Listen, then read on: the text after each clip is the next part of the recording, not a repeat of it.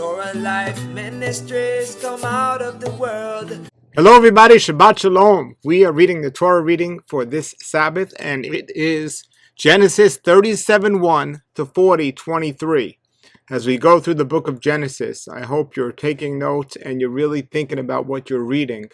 And the story continues, but without knowing the beginning, how are you going to understand what is happening with the rest of the story? That's why it's so important to understand this in the beginning. Bereshit, that's what it's called. That is the beginning. That is Genesis, and that's where we are, the book of Bereshit. Okay, as my beard seems to be lighting up here, let me fix that. Okay. All right, so we are reading Genesis 37, pretty much 37 to 40.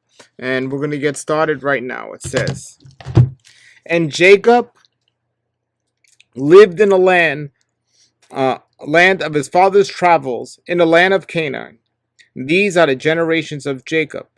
Joseph, a son of 17 years, was feeding the flock with his brothers, with Bala's sons and with Zilpah's sons, and his father's wives.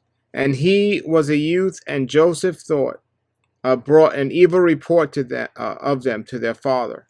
So this is so important to pay attention to what's happening here, because this sets up everything when it comes to Israel, because we're talking about Jacob's sons now. We're talking about the tribes. Verse 3, let's see.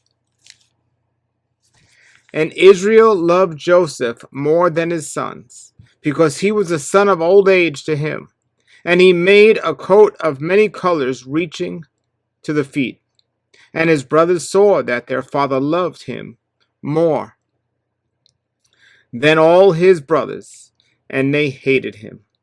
And they were not able to speak to him for peace. And Joseph dreamed a dream and told it to his brothers, and they increased to hate him still more. And he said to them, 'Now hear this dream which I have dreamed. And behold, we were binding sheaves in the middle of the field, and behold, my shepherd rose up, and also stood up, and behold, your shepherds came around and bowed themselves to my shepherd. And his brothers said to him, Shall you indeed reign over us, or shall you really rule over us?'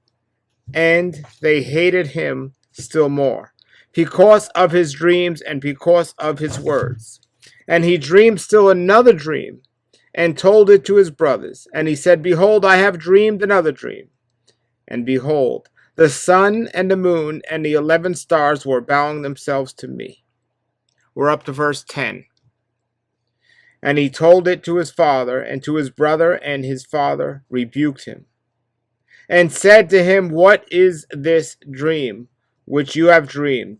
Shall we indeed come to bow ourselves to the earth to you, your mother and your brothers?" And his brothers envied him, but his father was attentive to the word.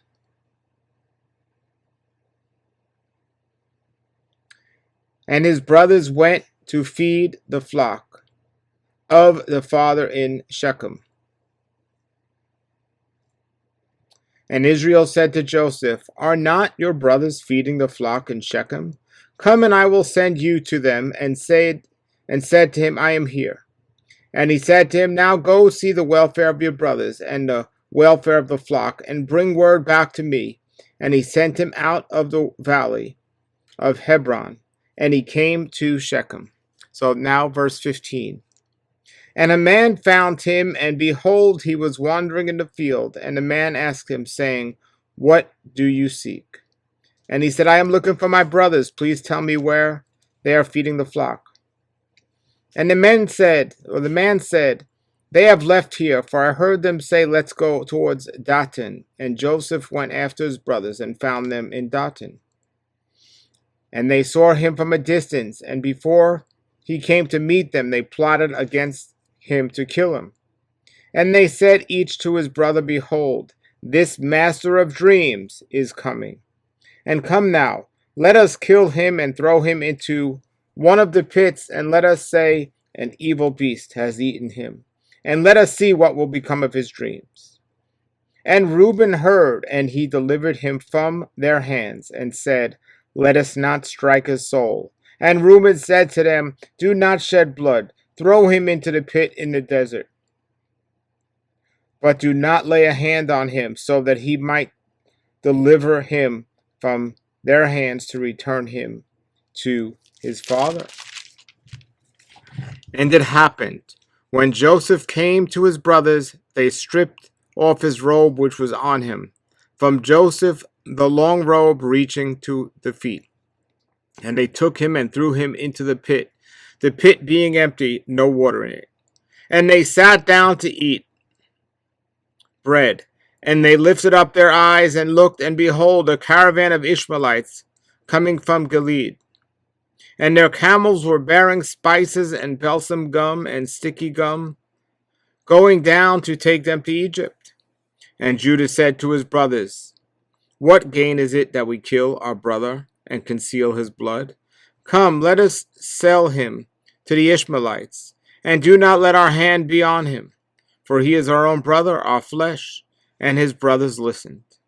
And the men, Midianites, traders, passed, and they drew up and took Joseph out of the pit, and they sold Joseph to the Ishmaelites for 20 pieces of silver, and they brought Joseph to Egypt. And Reuben came back to the pit, and behold, Joseph was not in the pit, and he tore his clothes. And he returned to his brothers and said, The child is not, and I, where shall I go? And they took Joseph's long robe and killed a ram of the goats, and dipped the robe in the blood. And they said, The long robe reaching the feet. And it took it to their father, and said, We have found this. Now look, is it not your son's robe? And he knew it, and said, My son's robe, an evil beast has eaten him. Surely Joseph is torn to pieces. And Joseph tore his clothing and put sackcloth on his loins. And he mourned many days for his son. And Jacob, verse 34, and Jacob tore his clothes and put sackcloth on and mourned for his son. And all his sons and all his daughters rose up to comfort him. And he refused to be comforted and said, I will go down to the Shaul, mourning for my son. And his father wept for him. And the Midianites sold him into Egypt to Potiphar, a eunuch of Pharaoh, the chief of the executioners.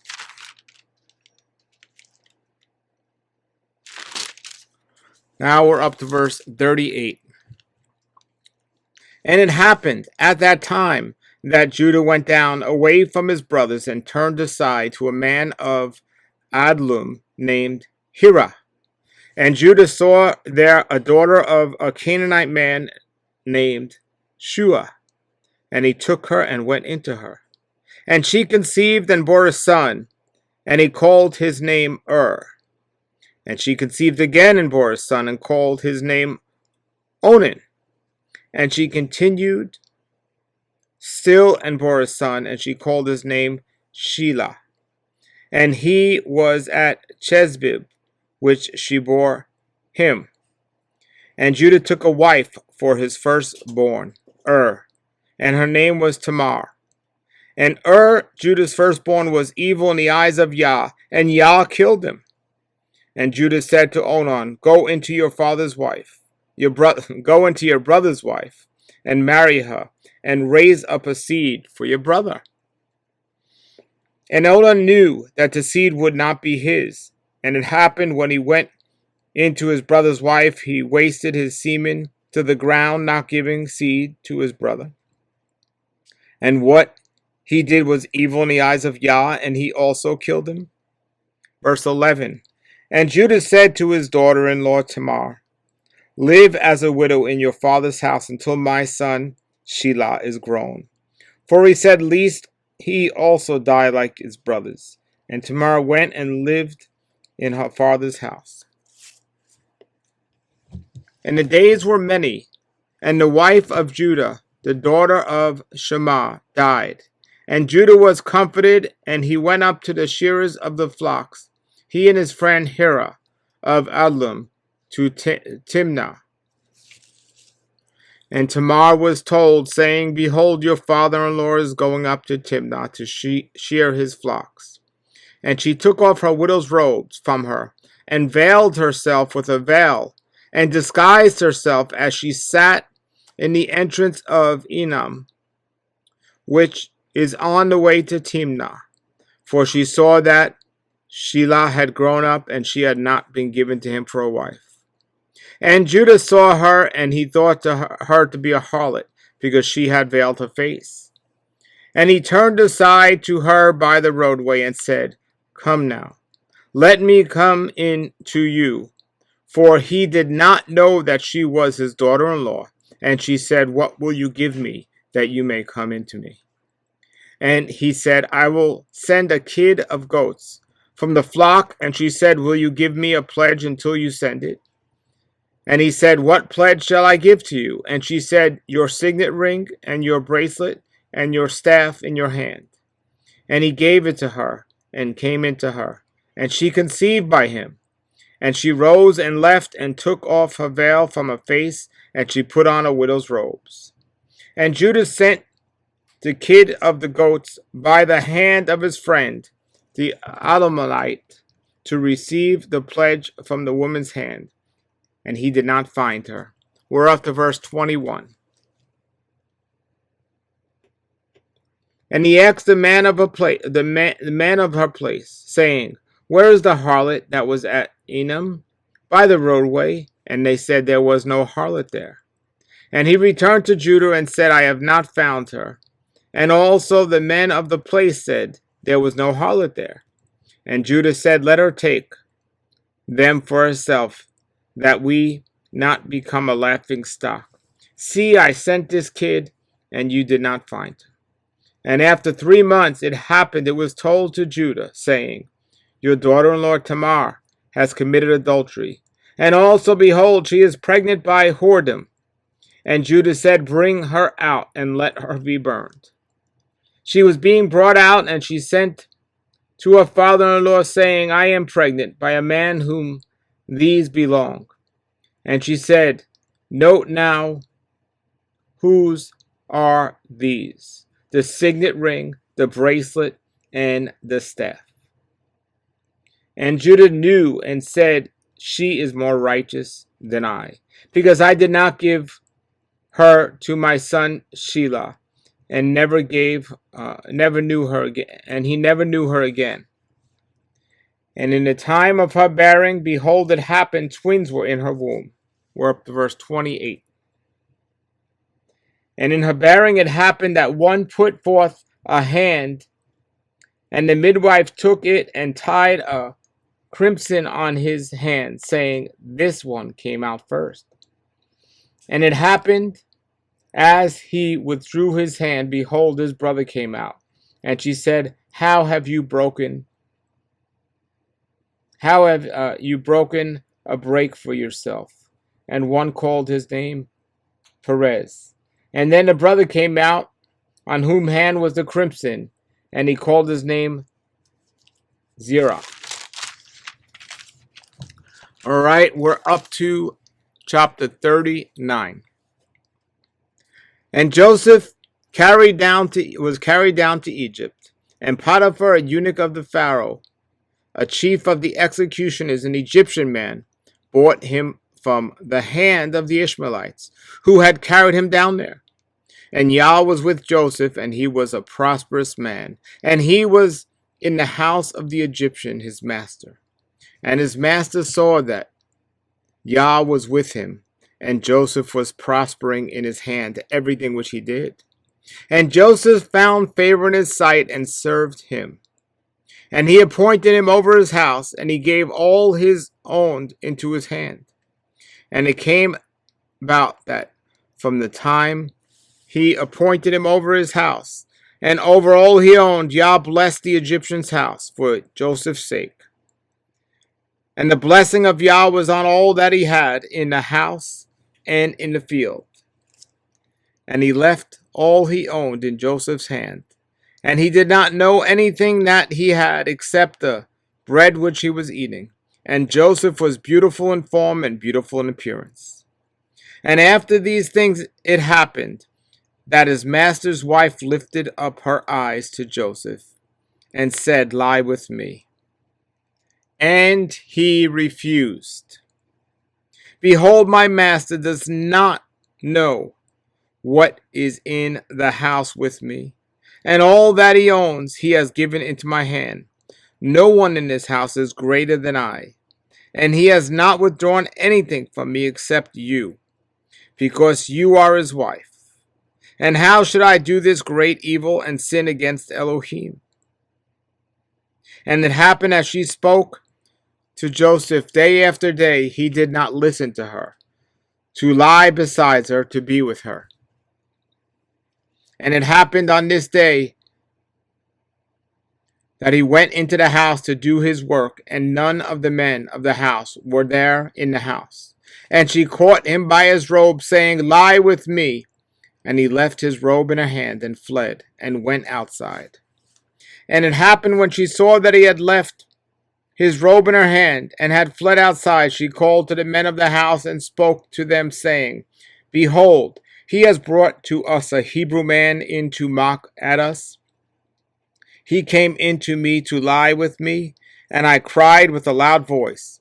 And it happened when he heard that I raised my voice and cried, he left his robe by me and fled, and went outside. And she kept his robe beside her until the coming of his master to his house. And she spoke these same words to him, saying, The Hebrew slave whom you brought in to us came in to mock at me. Verse 18. And it happened at my raising my voice and crying out, he left his robe beside me and fled outside. And it happened when his master heard his wife's words which she spoke to him, saying, According to these words your slave did to me, his anger glowed. And Joseph's master took him and put him into the prison's house, the place where the king's prisoners were bound. And he was there in that prison house.